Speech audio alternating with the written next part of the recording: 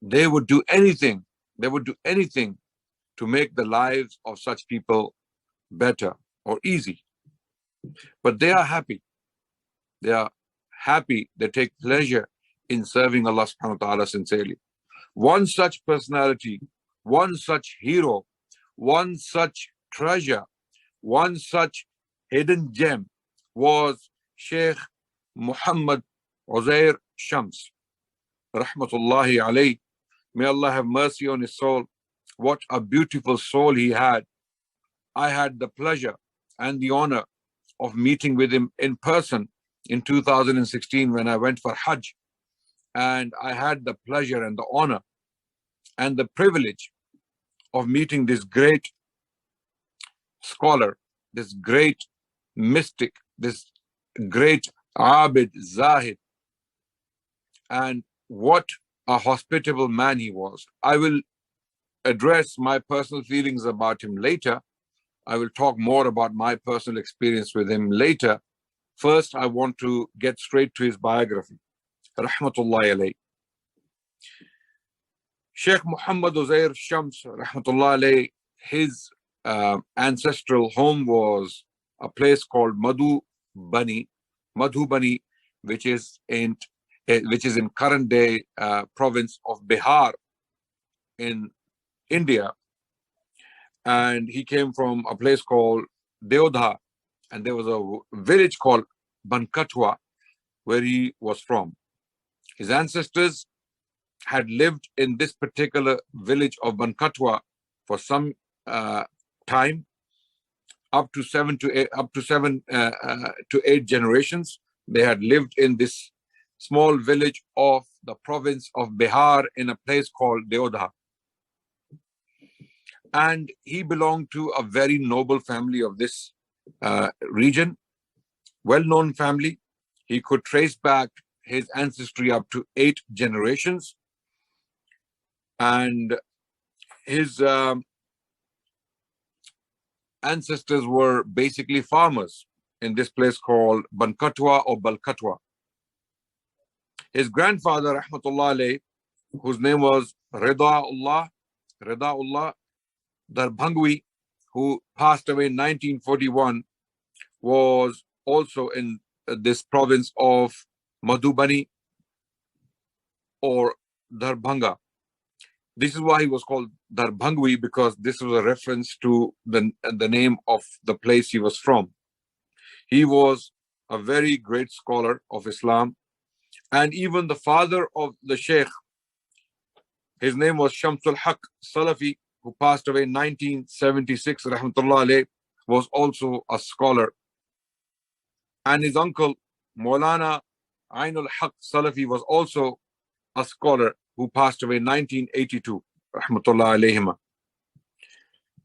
These individuals, the grandfather of Sheikh Uzair, Sheikh Muhammad Uzair, and his father and his uncle, all three were an influence on this young man.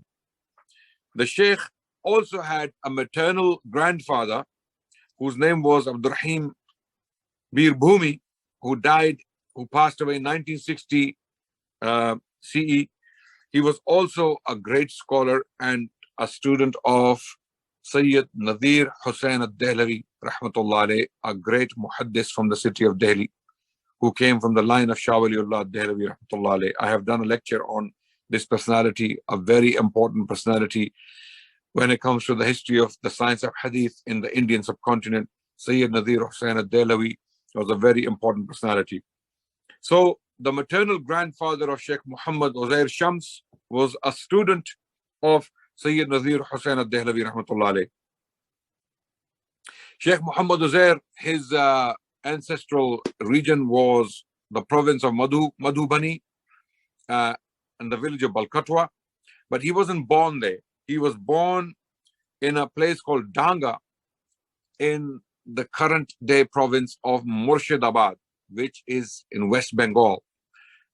And the reason for this was his father was actually busy teaching in this region at the time. So the Sheikh's father had been appointed there as a teacher in Murshidabad, current day West Bengal, where the Sheikh was born.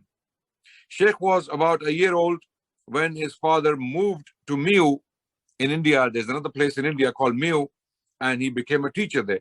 And this is where the Sheikh started his basic initial education. Sheikh Muhammad Uzair Shams, rahmatullah alayh, his initial education started in 1966 in Madrasa Faiz Am. The name of the madrasa was Faiz Am, and this is where he started his education. And then he completed his very basic education in this particular madrasa. The Sheikh himself tells the story of his education as a child. He states, my education in Madrasa Faiz Am in Miu started in 1966. Then I went up to grade 5, having studied up to 5 years almost in this madrasa. I went through the basic texts of Persian language. I studied the Persian language, the initial stages of the language, the fundamentals of the language, in other words. Then he moved to Darul Uloom Ahmadiyya Salafiyya Darbhanga, where he studied the first class of his higher education.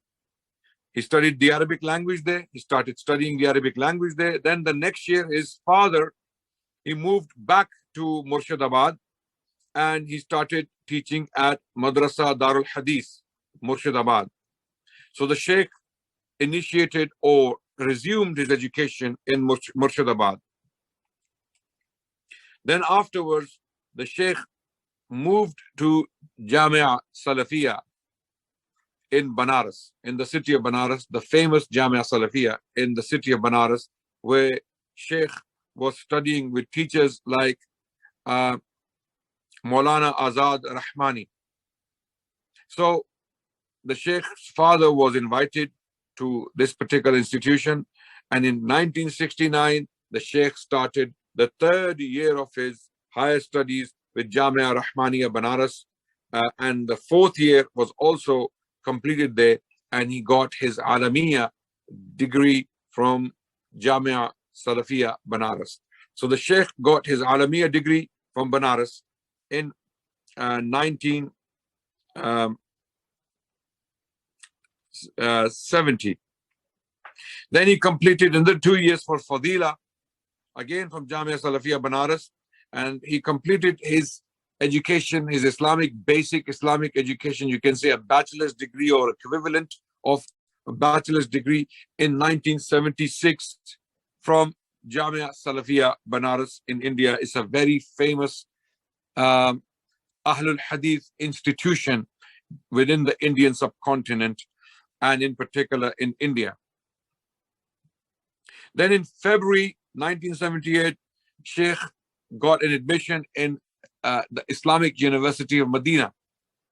Sheikh moved to Medina, and he started his degree with the university in Kulliyatul Lughatul Arabiya. In other words, he started to learn the Arabic language. He took the Arabic language as a subject. In 1981, he completed his degree with the Islamic University of Medina, and he completed his Arabic language degree there. And then he took up a master's degree. In the Arabic language, it is called Magister. He took up or it's like MPhil. It's an equivalent of MPhil, which is a pre-PhD qualification many students have to do. So the Sheikh took up the topic of studying the poetry of an Indian poet, Muslim poet called Hali, Maulana Altaf Hussain Hali, who was an accomplished poet of the 19th century from India, and he was also a student of great poets like Mirza Ghalib. So Sheikh Muhammad Uzair Shams chose the poetry of Hali as his topic, and the reason was the poetry of Hali is very, very effective and very powerful. He was a reformer. He tried to change the condition of the Muslims. Hali was actually one of the inspirations for poets like Muhammad Iqbal, who became very famous later on. So Hali's poetry was very moral, very Islamic. So Sheikh Muhammad Uzair Shams chose Hali's poetry and he translated his Diwan or his Musaddas. His collection is called Musaddas. He translated that collection into the Arabic language, and he acquired his Magister or MPhil from Makkah University or from Qura. So he finished his degree with Medina University, the Islamic University of Medina, and he finished his MPhil with Qura University in Makkah, Al-Makkah Al-Mu'azzama. Then he chose to do a PhD. So in 1990, the Sheikh submitted his PhD dissertation, and the topic of the dissertation was Ash-Shi'r al-Arabi fil Hind, Dirasa Naqdiyya. Basically, the Sheikh's PhD was on the Arabic poetry within the Indian subcontinent, a critical view of the Arabic poetry in the Indian continent. So in 1990, Sheikh submitted his dissertation for his supervisor to review, and his supervisor did not agree with the conclusions of the Sheikh, and that project was put aside. So the Sheikh, rahmatullah alayhi, could not get a doctorate degree. He could not get a PhD due to that reason, but he had submitted his doctorate dissertation. As far as the qualification and the level of knowledge is concerned, the Sheikh's knowledge, academically speaking, was definitely up to the PhD doctorate level, because he had done that work, he had submitted that dissertation, but he did not get the degree due to disagreements with his supervisor.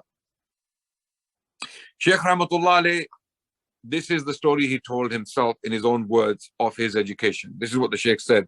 So he started as a child from studying with his father. Then he moved on from Madrasa Faiz-e-Aam to Jamia Salafia later on in Banaras. He finished his education from Jamia Salafia, and then he moved on to Medina University in Saudi Arabia. He finished his degree there, and after that he did an MPhil from Qura University in Mecca, and he even submitted a PhD dissertation. So the Sheikh's life was filled with knowledge and pursuit for knowledge. Allahu Akbar.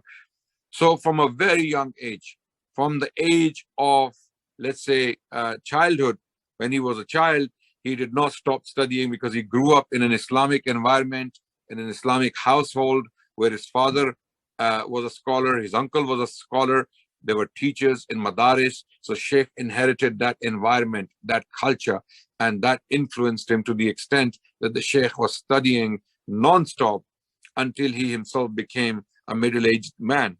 So in 1990, Sheikh Rahmatullah alayh would have been in his 30s, and the Sheikh was highly qualified. The Sheikh had also studied the English language as a necessity, because he knew this is the language that is spoken by the wider world. People speak the English language, and it is an important language. That's why the Sheikh studied this language. When I personally visited his private library, which I will speak about later in more detail, I saw many complicated, sophisticated English books in his library, and I was surprised to see a traditional scholar of that caliber, of that magnitude, able to read the English language and such sophisticated books.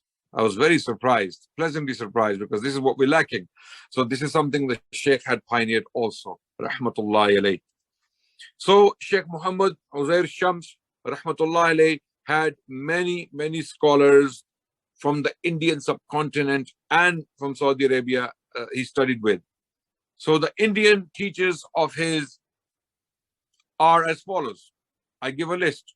Maulana Shamsul Haq Salafi, the father of the Sheikh, rahmatullah alayh. Then his uncle Maulana Ainul Haq Salafi, the uncle of the Sheikh.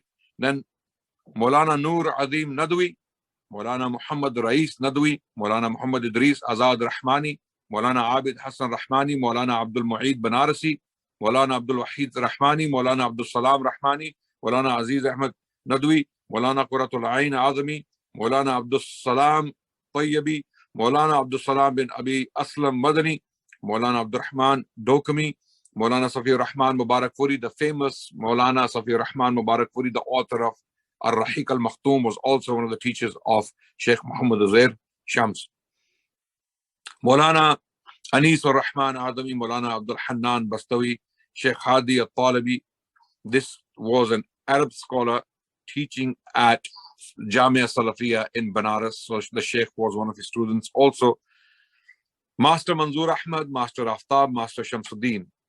These were some of the Indian teachers or from the Indian subcontinent who taught the Sheikh Rahmatullah alayh. Then from Jamia Islamia, Madina al-Munawwara, his teachers there were Dr. Abdul Azim Ali al-Shanawi, Izzuddin Ali al-Sayyid, Ahmad al-Sayyid Ghali, Muhammad Qanawi Abdullah, Mahfuz Ibrahim Farj, Abdul Aziz Muhammad Fakhir, Ibrahim Muhammad Abdul Hamid Abu Sakin, Muhammad Ahmad al-Azb, Ahmad Jamal al-Umari, Saleh Ahmad Bailu, Taha Abu Karisha, Muhammad Bailu, Ahmad Abu Bakr, Abbas Mahjub, Abdul Basit Badr, Ali Nasir Faqihi, Sheikh Jibran. So these are some of the teachers who taught him at the Islamic University of Medina. Then in al-Qura, in Makkah al-Mukarrama, the teachers of the Sheikh in al-Qura were Dr. Hassan Muhammad Bajuda, Mahmud Hassan Zaini, Abdul Hakim Hassan, Dr. Ahmad Makki al-Ansari, Ali Muhammad al-Ammari, Abdul Aziz al-Kafrawi, Lutfi Abdul Badi, Abdul Salam Fahmi, Nu'man Amin Taha, Abdul Aziz Kishk. The Sheikh Rahmatullah alayh had many more teachers, but these are some of the main teachers he benefited from, and the number reaches about 47 persons. Allahu Akbar. Just imagine the level of knowledge this person may have had and the amount of ilm he took with him when he parted from this world. Rahmatullah alayh. A great scholar, a great loss for this ummah. And the reason we're doing this conference is to commemorate his legacy, to highlight for the people to understand what we have lost in this person. We have lost the ilm of all these great scholars who taught him. And his ilm was so great that he produced amazing, immense works of great research and magnitude.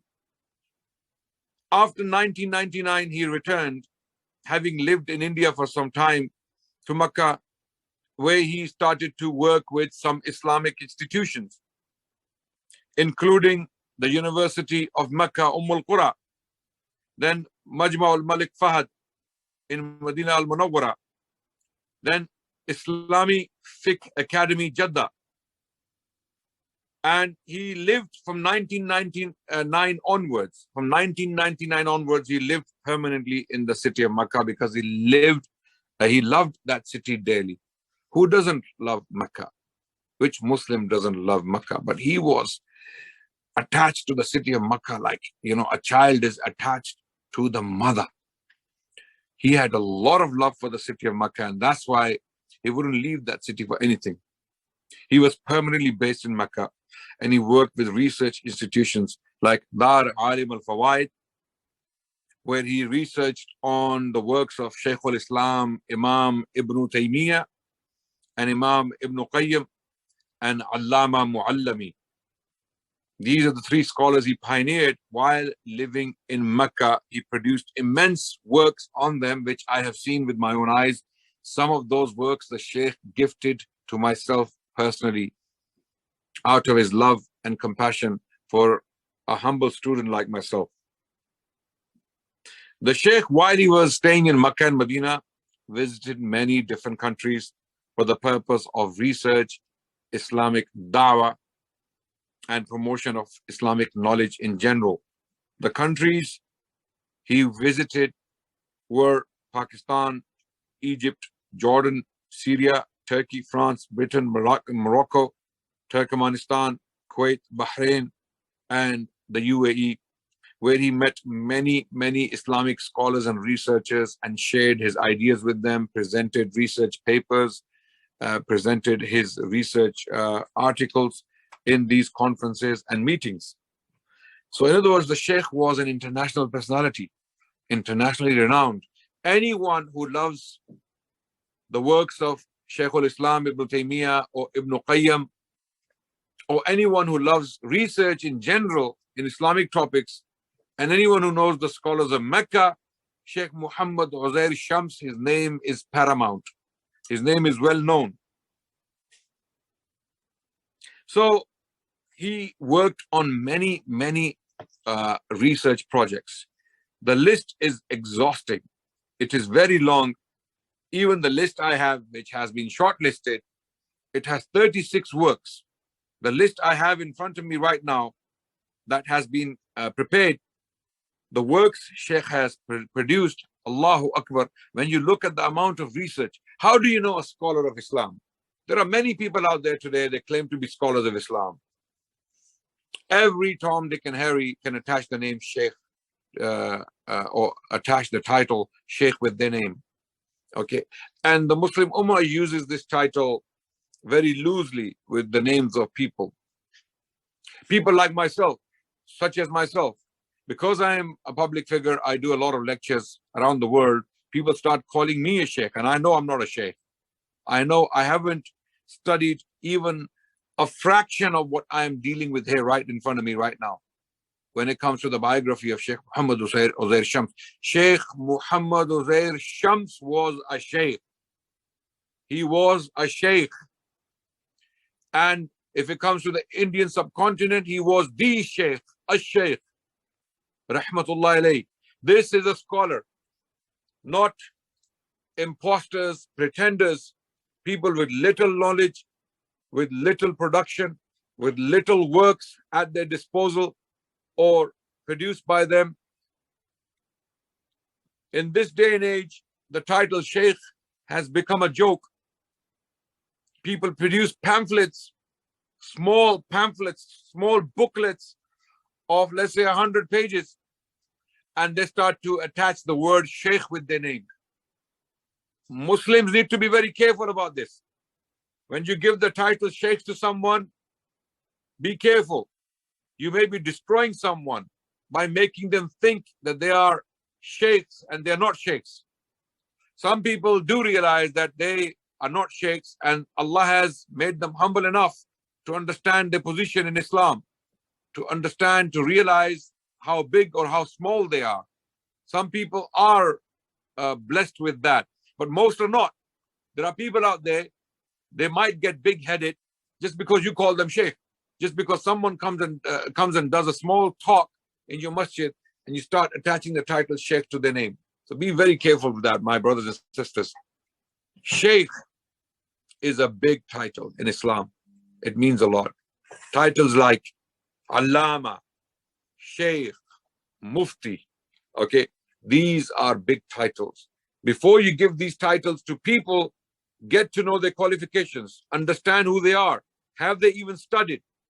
Do they know the Arabic language in depth? Do they understand what they have been teaching? Have they produced any research? How many books have they written? Are their books acknowledged by great scholars of this day and age? Have these scholars received tazkiyah? Have they received endorsement from great scholars of our time? These are the questions you need to look at. So, my brothers and sisters, not everyone who's called a sheikh is a sheikh. Okay? You may call people ustad, teacher. Yeah, that's fine, because anyone can be a teacher. But not everyone is a sheikh in the Muslim Ummah.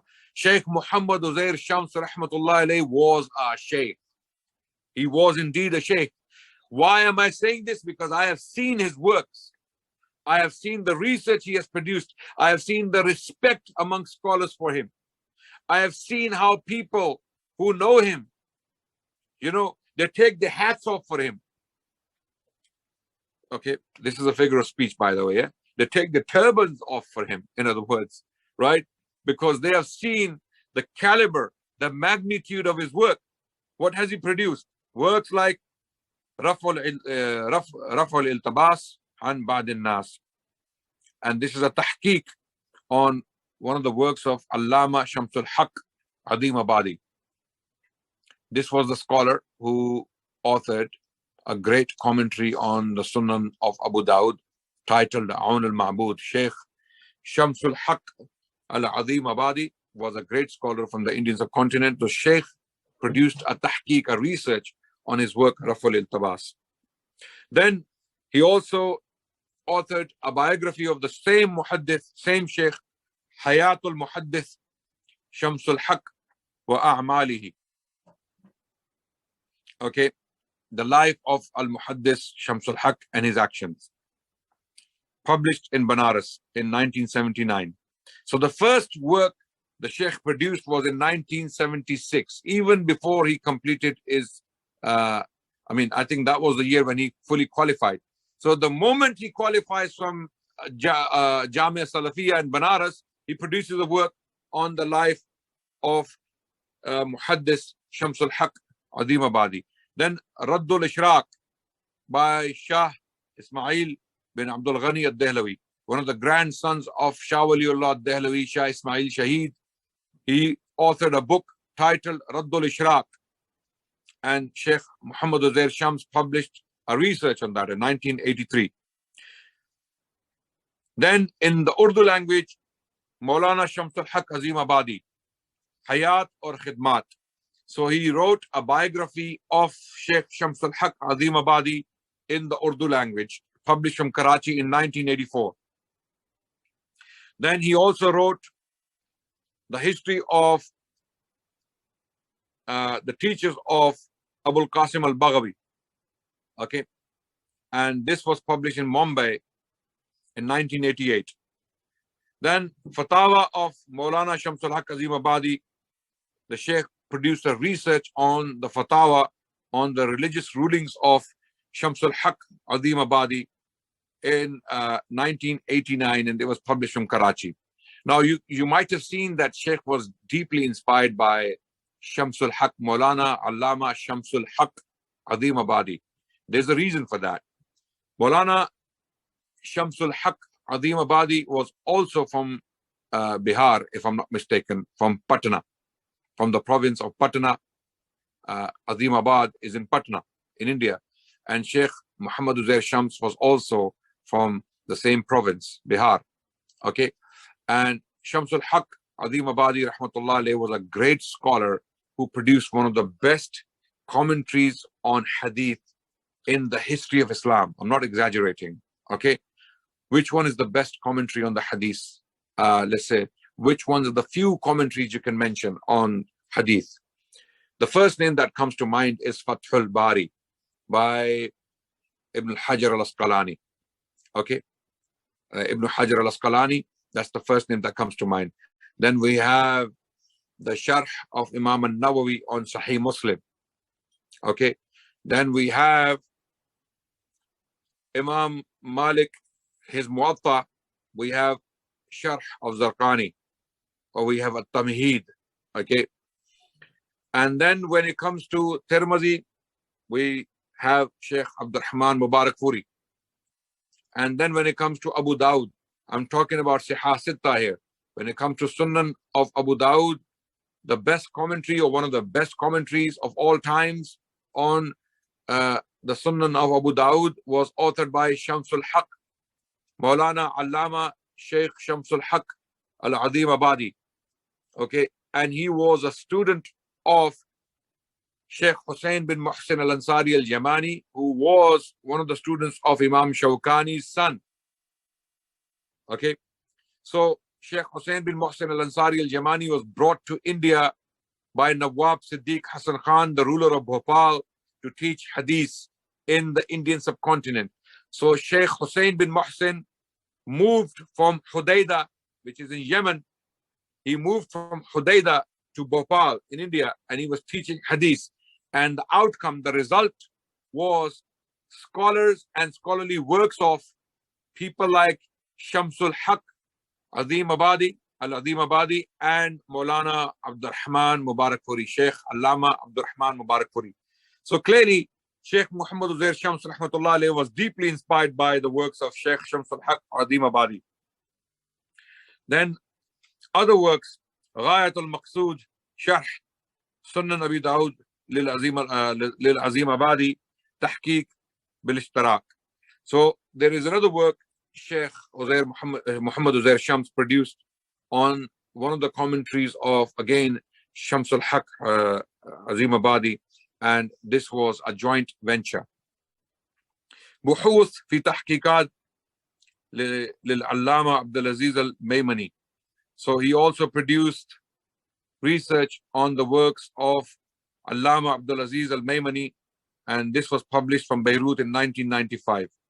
استدراك أم المؤمنين عائشة على الصحابة لأبي منصور al-Baghdadi.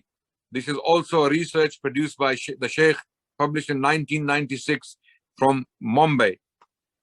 Then قاعدة في الاستحسان لابن تيمية بخطه.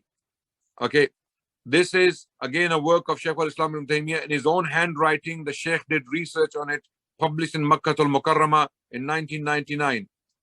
Al-Jami'ah li-Sirat Shaykh al-Islam ibn Taymiyyah. Now, this is basically the life of Shaykh al-Islam ibn Taymiyyah, his biography, published by the Sheikh with other scholars from Makkah, al-Makkah al-Mukarramah in 1999. Makkah al-Mukarramah. This was published. تقييد المهمل في تمييز المشكل لأبي علي الجياني. تحقيق بالاشتراك. Okay, this is another work the Sheikh produced, the work of Abi Ali al-Jayani. His work was researched by the Sheikh, and this was published from Makkah al-Mukarramah in the year 2000. Jami al-Masail li Ibn Taymiyyah. Again, research on the works of Shaykh al-Islam ibn Taymiyyah, tahqiq, published in 2002. Wallahi, this particular work, if I'm not mistaken, it is in multiple volumes. Shaykh al-Islam ibn Taymiyyah was a special topic of Sheikh Muhammad Uzair Shams. In fact, Sheikh Muhammad Uzair Shams was seen to be one of the top 10 scholars, authorities on the works of Shaykh al-Islam ibn Taymiyyah. Let me repeat that so that you understand what we're dealing with here. Shaykh al-Islam ibn Taymiyyah's name in the history of Islam is very important for many reasons. And I have done a biography of Shaykh al-Islam ibn Taymiyyah. You can check it out on my YouTube channel. I have done a biography of Shaykh al-Islam ibn Taymiyyah. To understand the importance of this person, you need to look at the amount of scholars who have worked on him. And I would say safely, from the top 10 scholars on Shaykh al-Islam ibn Taymiyyah in the list, top 10 experts on Shaykh al-Islam ibn Taymiyyah in the world, one of them was Sheikh Muhammad Uzair Shams. When you look at the volumes he produced on Shaykh al-Islam ibn Taymiyyah and some of the daqa'iq, some of the intricacies, some of the delicate masail and issues found in the works of Shaykh al-Islam ibn Taymiyyah were deciphered, explained, explored by Sheikh Muhammad Uzair Shams. Many pending questions were addressed and solved by Sheikh Muhammad Uzair Shams by studying the works of Shaykh al-Islam ibn Taymiyyah. And I am talking about volumes upon volumes, multiple volumes, not one volume. This is not a small piece of research, brothers and sisters. Jami' al-Masail is in multiple volumes. Likewise, he did the same with the works of Shaykh al-Islam ibn Qayyim al-Jawziyah, who was a student of Shaykh al-Islam ibn Taymiyyah. So Sheikh Muhammad Uzair Shams was a specialist on the life and the works of Shaykh al-Islam ibn Taymiyyah and Shaykh al-Islam ibn Qayyim al-Jawziyah. If you are researching Ibn Taymiyyah and do not look at the works of Sheikh Muhammad Uzair Shams and his researches, then you haven't completed your work. Then you don't know what you're talking about. Then you actually don't know many aspects of the life and the works of Shaykh al-Islam ibn Taymiyyah, rahmatullah alayhim. And the list goes on. Al-Risala al-Tabukiyya li Ibn al-Qayyim. Tahqiq, again, this is a work of Shaykh al-Islam ibn al-Qayyim, published from Makkah al-Mukarramah in 2003. Likewise, one of the works of Shah Waliullah Dahlawi, Sheikh did a commentary on it. It is called Ittihaf al-Nabiyya bima yahtaj ilayhi al-Muhaddis al-Wafaqiyya by Shah Waliullah Dahlawi. Then Tanbih al-Rajul al-Aqil li Ibn Taymiyyah, Tahqiq bil-Ishtarak, Makkah al-Mukarramah. Then Tanbih is a work of Shaykh al-Islam ibn Taymiyyah. Sheikh Muhammad Uzair Shams published a research on it from Makkah al-Mukarramah in 2005. Okay. جواب الاعتراضات المصرية على الفتية الحموية لابن تيمية تحقيق.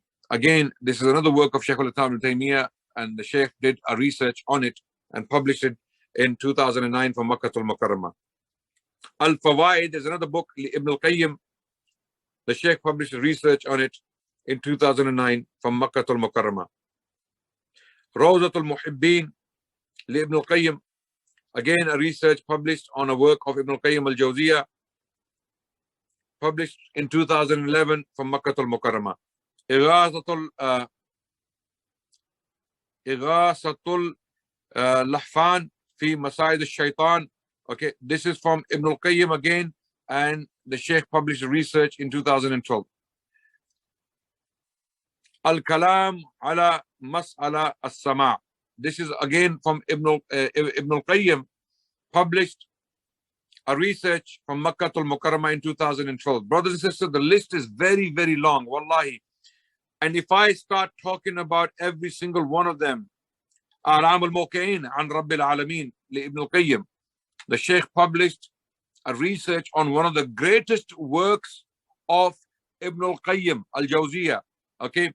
And it was published in Makkah al-Mukarramah in 2017. Not a year, there's hardly a year that goes by when the Shaykh is not publishing some sort of research. Non-stop working in libraries, spending most of his life in the libraries of Makkah al-Mukarramah and elsewhere, researching manuscripts. The Shaykh was an expert on Islamic manuscripts. This is something that's not mentioned here in the list, but this is something I can tell you from my personal experience. He was an expert on Islamic manuscripts.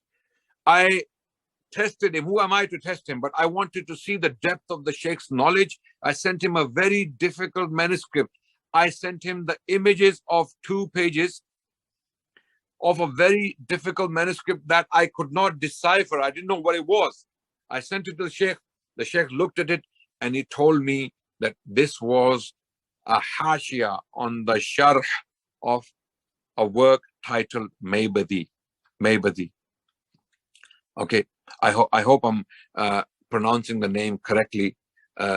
This was a text on mantiq, on logic, called Al-Maybadi, and the manuscript I sent to the Shaykh was a hashia, okay, a commentary on the commentary of this work. And I was shocked to realize that the Shaykh was able to decipher it straight away, immediately. His knowledge was absolutely immense when it comes to Islamic manuscripts. He recognized the handwriting of Shaykh al-Islam Ibn Taymiyyah like that. If a manuscript written by Shaykh al-Islam Ibn Taymiyyah was brought to him, he would recognize the writing and he would see the transition of that writing as well in the life of the Shaykh. So Shaykh was a treasure trove.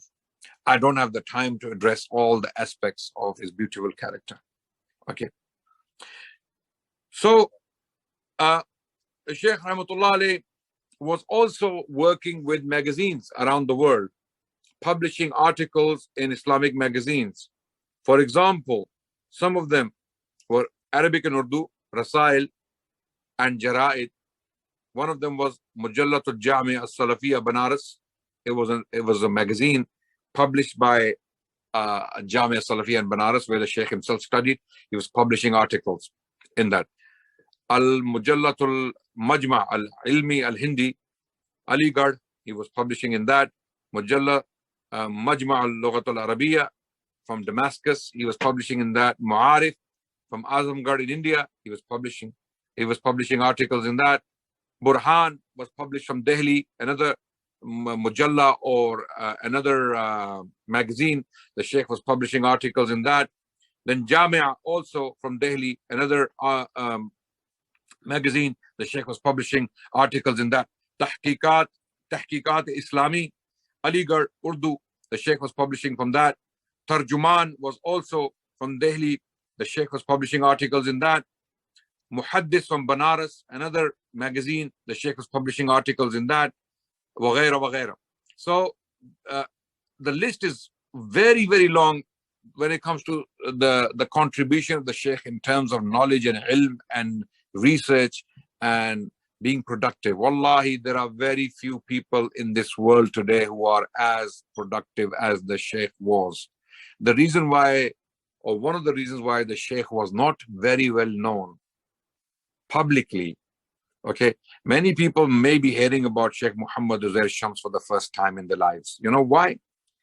You know why? There are two reasons for that. Two reasons. One reason is that our own ignorance. We are ignorant of Islamic sciences. Generally speaking, the Muslims, the masses, we are ignorant of Islamic sciences and the people of those sciences. So just because we don't look into Islamic sciences, we are not very much interested in reading Islamic sciences and Islamic personalities and Islamic researches. We are not aware of the people who are producing them. That's the first reason, our own ignorance as a community, as the ummah of Rasulullah Sallallahu Alaihi Wasallam. In particular, even the school of Ahlul Hadith. There are Ahlul Hadith students who don't know the Shaykh. There are few who know the Shaykh and they met with him and they took benefit from him, but majority don't know him. The second reason the Shaykh is not known publicly on social media, he was not one of those social media out and about personality, is because he spent the most of his life, I would say 80 to 70% of his life was spent in libraries. The man didn't leave libraries. He spent his day and night in libraries. He was there studying books, producing research upon research. If you look at the list, some of the list I read in front of you today of his works, if you look at the list, there's not a year that he missed out. Okay, he started publishing from the very year he qualified from Jamia Salafia in India, Banaras, 1976. Since that year, he was so productive. Not a year went when he did not publish. I mean, I can hardly see any years missing. Hardly any years missing. Maybe 1 or 2 years missing in the middle, but hardly any year went by when he did not produce an article, a book, a research paper, or something of that sort. What a person, what a man, what a defender, a silent defender of Islam, what an unsung hero of Islam. Allahu Akbar. Wallahi, we don't have an idea. We don't have an idea as to whom we have lost. And I'm very sad that I couldn't spend more time with the Shaykh Rahmatullah Alayh due to my own busy schedule in life. And inshallah, I hope that we will meet with him in Jannah. May Allah give him Jannatul Firdaus, the highest abode, and may Allah subhanahu wa ta'ala unite us with him. What a loss for this ummah, wallahi. Before the Shaykh passed away, what was he doing? The Shaykh Rahmatullah Alayh died on the 15th of October, on Saturday, 2022. About 2 weeks ago. He died about 2 weeks ago, Rahmatullah Alayh, on Saturday, 2022, after Salatul Isha in Makkatul Mukarramah. What was he doing before he passed away, Rahmatullah Alayh? What was he doing? What was his pastime? He was working on research papers. He was working on books. For example, he was researching Mayarul Haq by Sheikh Nazir Hussain al-Dehlavi, Ta'rib wa Tahqiq.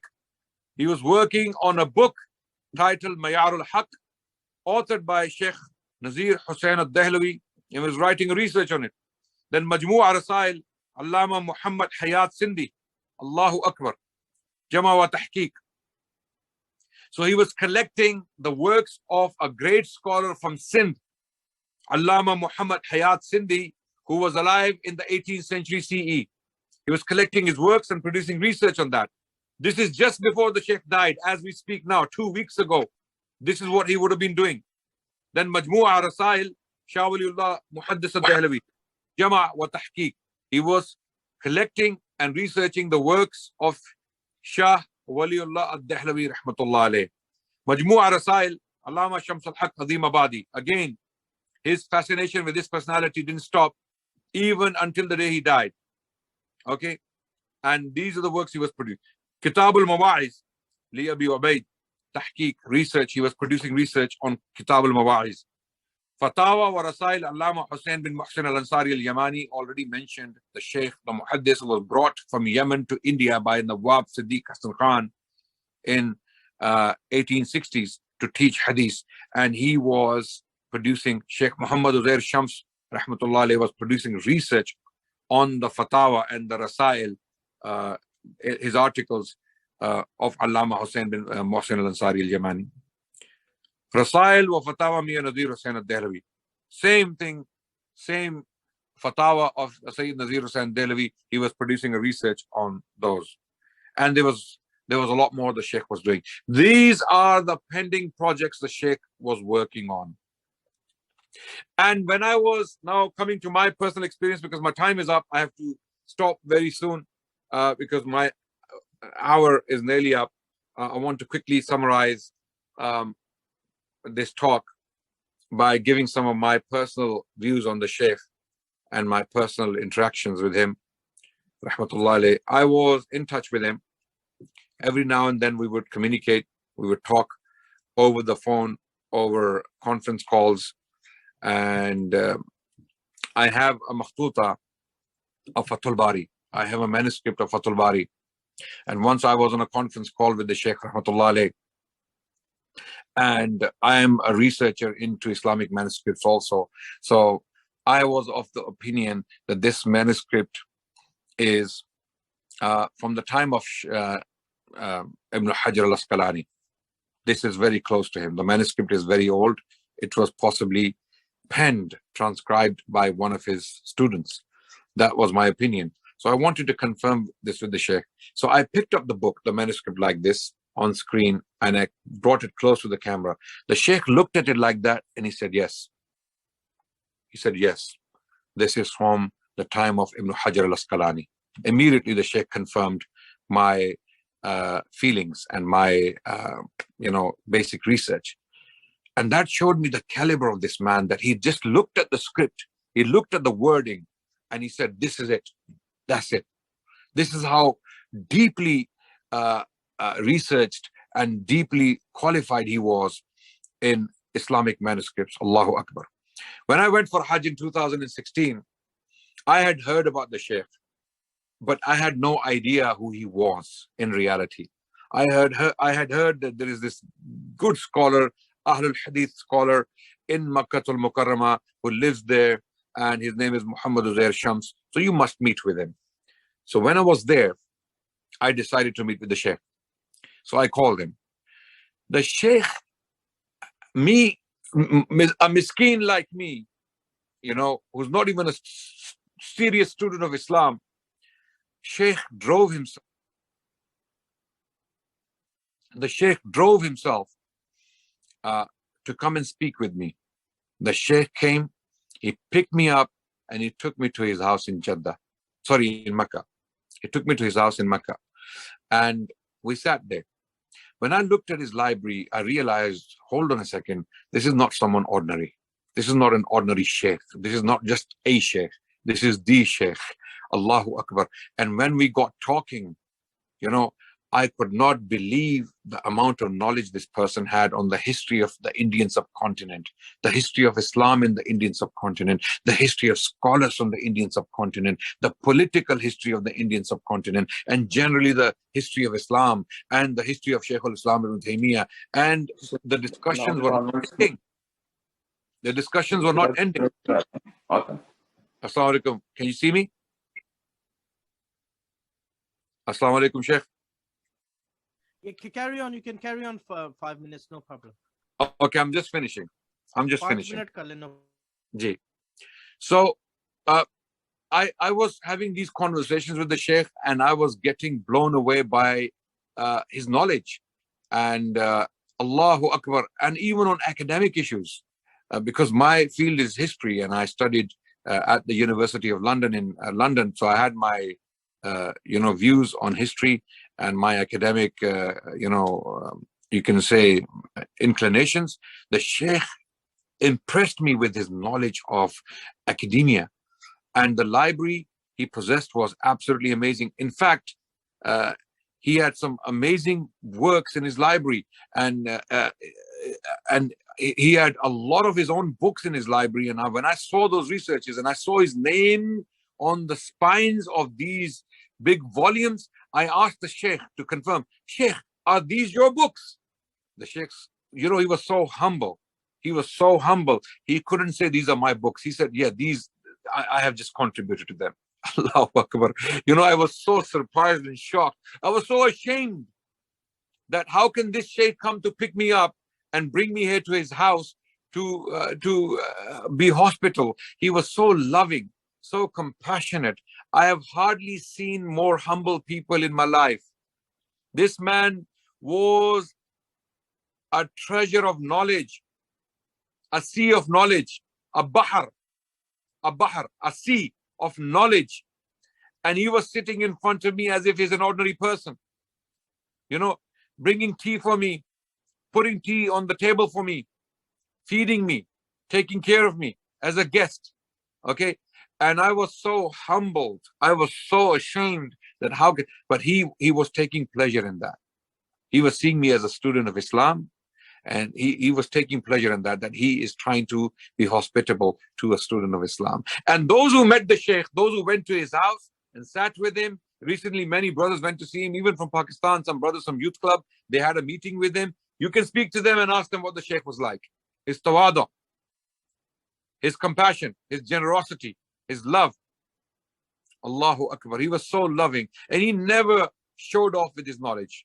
He never showed off. He was a sea of knowledge. When you look at those books on the walls he produced, he was a sea of knowledge.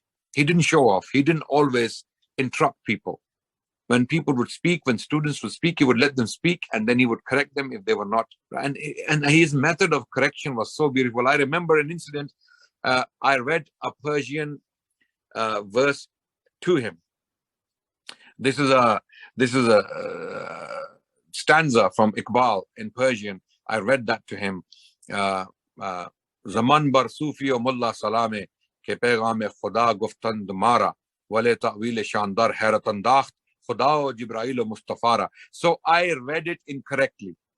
The term or the word guftand, I read it as guftanad, because this is not my language. The Persian is not my language. So I had read it incorrectly. So the Sheikh politely corrected me, to my shock, that he even knew the Persian language. He knew the Arabic language. He knew the English language. He knew the Urdu language, that was his mother tongue, but he even knew the Persian language. And he said to me, the word is not guftanad, it is guftand.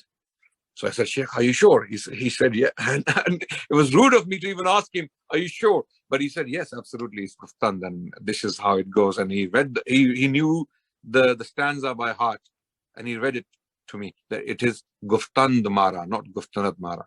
Wale ta'wil shandar hayratandakh Khuda o Jibrail o Mustafara.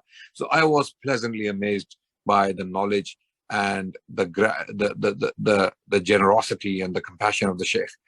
Wallahi, I have met very few people in my life who impressed me like the Sheikh did, with his beautiful manners, his humility, his knowledge, and the beautiful character he had.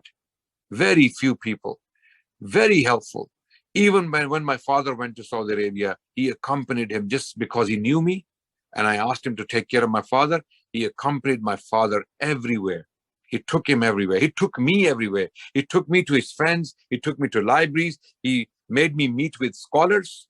I met scholars in Mecca because of Sheikh Muhammad Uzair Shams. He was so kind and unfortunately, I haven't been to Saudi Arabia since 2016, and I wasn't able to see the Sheikh for that reason. Otherwise, it would be impossible for me to visit Makkah al-Mukarramah and not be with the Sheikh and spend time with him. I had strong intentions to sit with him, and there was a project myself and the Sheikh discussed privately that we wanted to work on together. Unfortunately, we couldn't work on it, but inshallah, if Allah gave me life, and inshallah, if I live long enough, I will complete that project for the sake of the Sheikh, and inshallah put that Sadaqah Jariyah on his name. May Allah have mercy on Sheikh Muhammad Uzair Shams. We will not be able to recover from this loss. When a scholar is lifted, all his ilm goes with him to the grave. And those people who sought knowledge with him and sat with him learned from him are truly fortunate. I happen to be one of those people, but my time with him was very, very short, very limited. I wish I could live longer with him, spend more time with him, and be with him, but that wasn't Allah's decree. So I ask Allah to give him the highest abode in Jannatul Firdaus and give his family the patience and make his children sadaqah jariyah for him. May Allah subhanahu wa ta'ala bless his entire family and his progeny. Ameen. On that note, wa akhiru da'wana and alhamdulillahi rabbil alameen. Jazakumullahu khairan for listening, brothers and sisters. I'm sorry if I went on for long, but these were my sentiments and some of the information I had to share on the Shaykh with him. This is my token contribution to his legacy. May Allah accept it from us. Ameen. Wassalamu alaikum wa rahmatullahi wa barakatuh.